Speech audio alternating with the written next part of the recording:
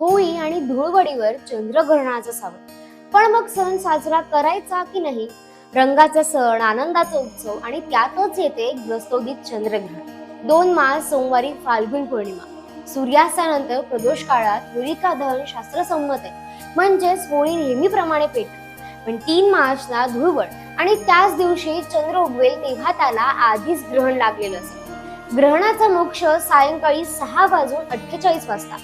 सायंकाळी 6:22 ते सायंकाळी 6:43 या पर्व काळा वेळेत रंग खेळणं टाळलं तर अधिक योग्य. वेद काळात काय करायचं तर पूजा, अभिषेक, कुळधर्म चालेल.